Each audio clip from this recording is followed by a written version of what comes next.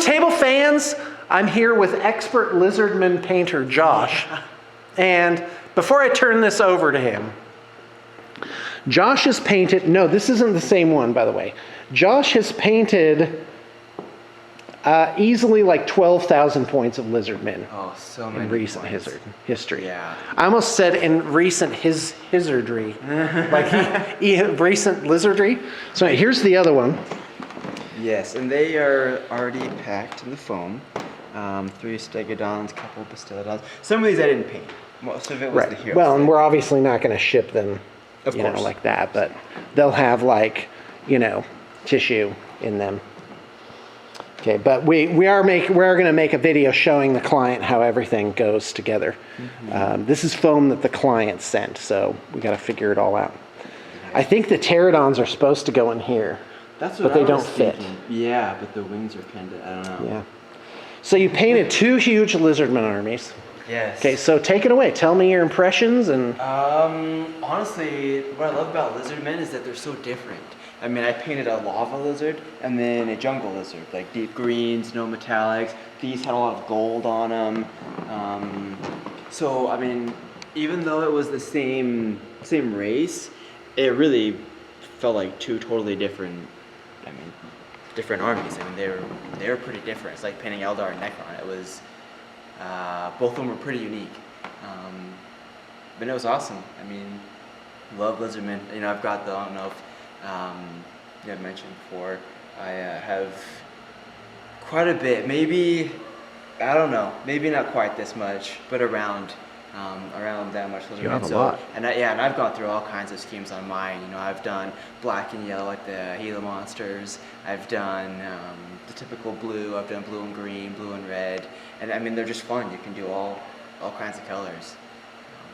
Lizardmen are great.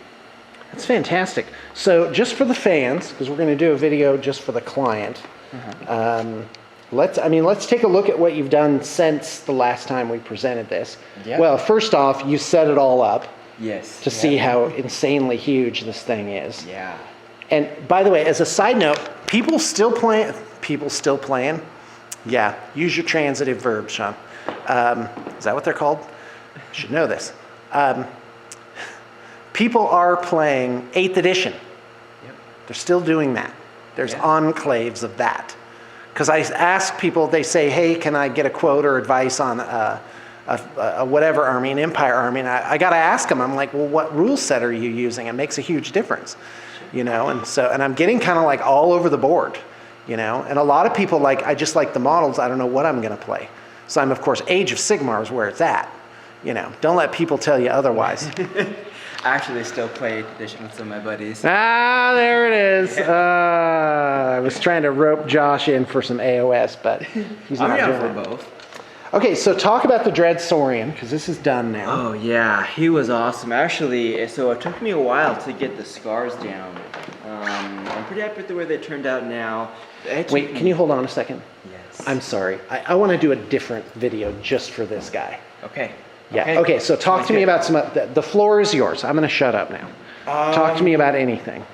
Yeah, I mean, we may have mentioned this before with the things like these stegodons. You can see the highlighting effect on there. That was actually, I was just kind of accident, figured that out. It looks all right.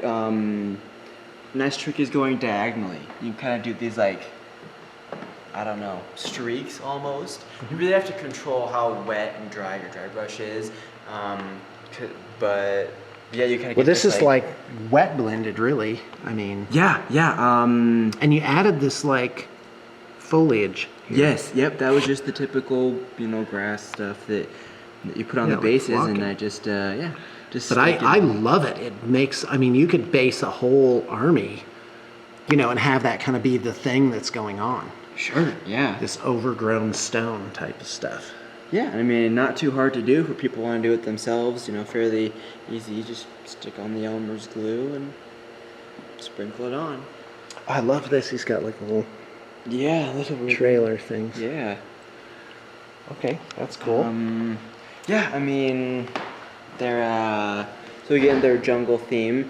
They asked for no metallics, as well as a lot of bone, wood, stone.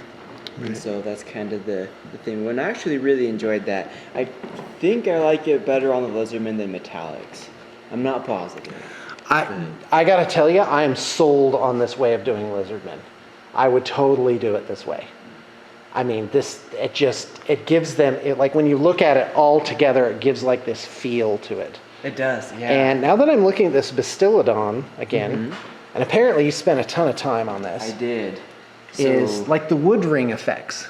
Yes. Like he's like got some kind of, you know, I mean, even this guy looks so like blended with his natural surroundings. Yeah, actually, and so what I did here, I used brown sand and painted every little ring, and then I went in and highlighted with tan yellow just on corners. So you can see, like if you look really close here, it's tan yellow here and here on opposite corners. So same kind of light effect as the stone.